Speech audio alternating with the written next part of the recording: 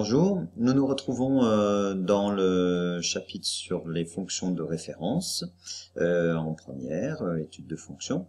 Et nous allons étudier ici une méthode pour étudier la position relative de deux courbes. Pour cela, il nous faut deux fonctions, f et g, définies sur un intervalle grand I de l'ensemble des réels.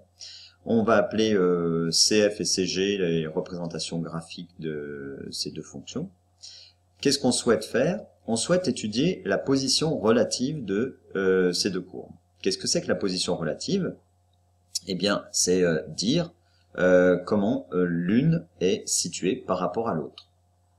Plus clairement, est-ce que CF est au-dessus de CG, de la courbe de G, pour quelle valeur de X, hein,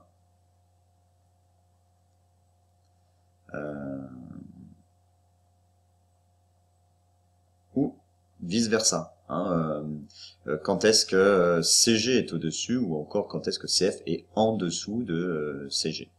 Et pour ce qu'il va falloir qu'on donne, c'est sur quel intervalle l'une est au-dessus ou en dessous de l'autre. Quand est-ce qu'elles se coupent également, hein, les points d'intersection.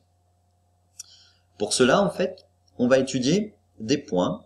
On va étudier les points sur chacune des courbes qui ont la même abscisse. Alors, si on regarde par exemple ici, là, je me place à cette abscisse. Là, j'ai deux courbes quelconques. Celle-là, je vais l'appeler CG, par exemple.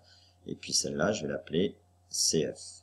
Hein, je me place à une abscisse X et je veux savoir quelle est la courbe qui est au-dessus ou en dessous. Alors, visuellement, rapidement, là, on peut dire que comme le point qui est situé sur la courbe de G, ce point, il a pour abscisse X, pour ordonnée G de X.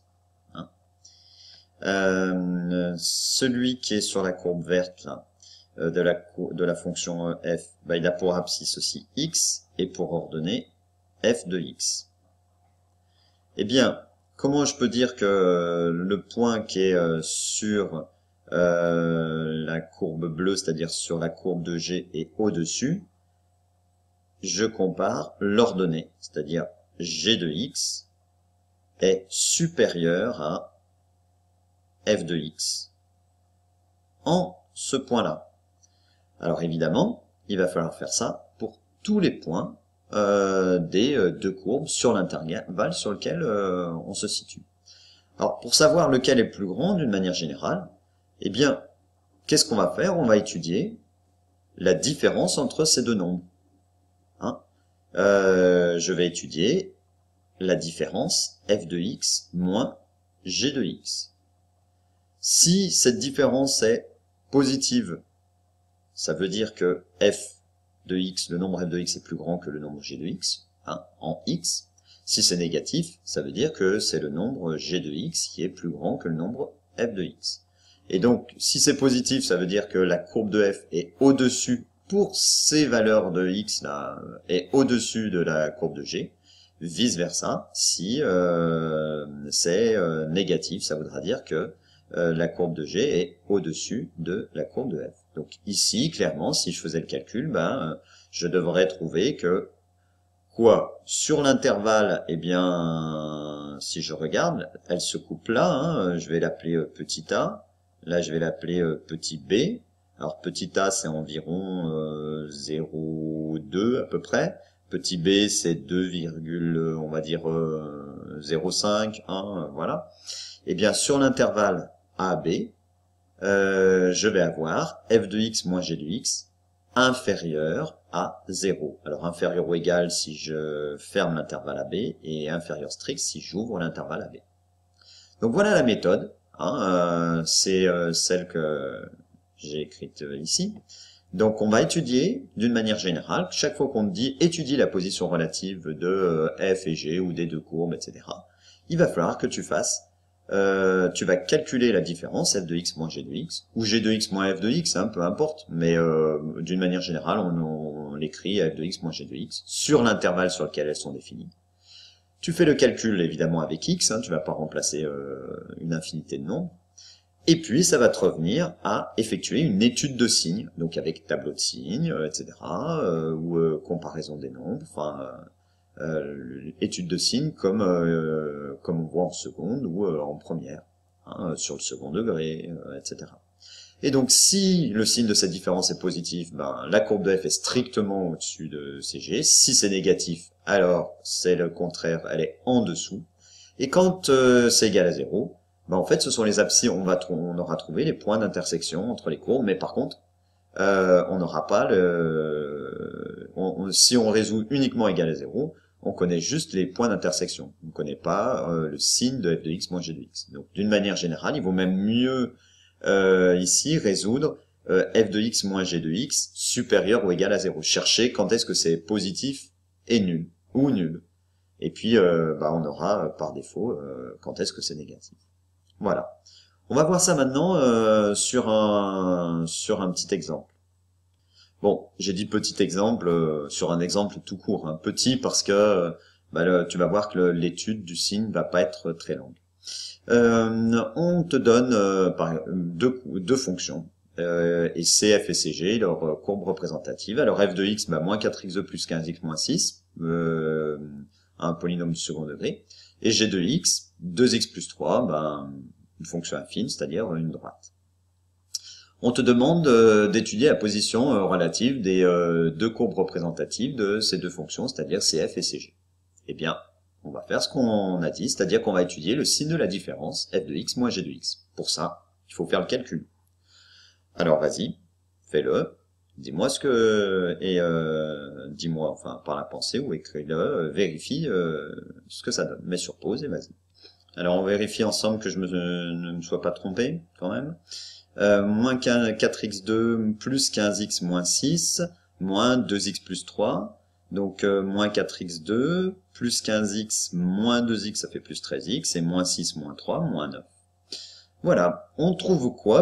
Une expression du second degré dont il faut étudier le signe. Eh bien, si tu connais déjà, si tu as déjà fait le chapitre sur le second degré, reste à chercher les racines de ce trinôme. D'accord, et appliquer la règle du signe. Donc voilà, c'est ce qui te reste à faire maintenant, et puis on conclura. Je te laisse le faire, mets sur pause, et puis on vérifie. Allez. Voilà. Alors, tu dois trouver un discriminant de 25. Ça signifie que comme il est positif, le polynôme a deux racines distinctes, 9 quarts et 1. Vérifie. Et puis ensuite on dresse le tableau de signes.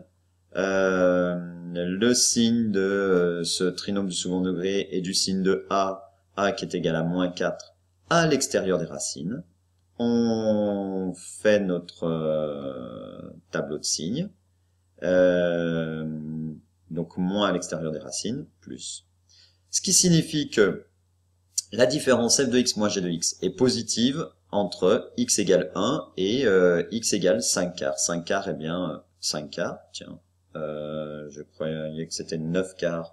Moins 13, moins 5, ça fait moins 18. Moins 18 sur moins 8. Eh bien oui, ça fait 9 quarts. D'accord, voilà. Donc c'est positif, ça veut dire que f de x moins g de x est positif, donc ça veut dire que f de x est supérieur à g de x si x appartient à 1 9 quarts, d'accord, avec les bornes incluses ou non si on écrit supérieur ou égal à 0, d'accord.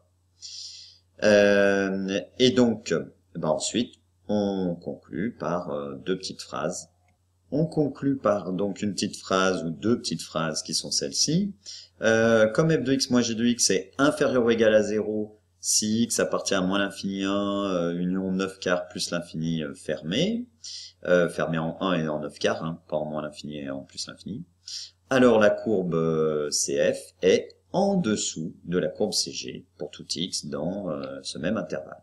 Et puis, comme f de x moins g de x est supérieur ou égal à 0 sur l'intervalle 1, 9 quarts fermé, cette fois, alors la courbe CF est en dessus, en dessus, au-dessus, hein, au-dessus de la courbe CG, et puis en dessous, pour tout x appartenant à ce même intervalle. Voilà. Et bien maintenant, reste plus qu'à t'entraîner. Alors, effectivement, la difficulté, dans certaines situations, ça va être l'étude du signe. Donc pour cela, revois les méthodes et les techniques pour étudier le signe d'une expression. Voilà. À bientôt, bon courage et entraîne-toi surtout.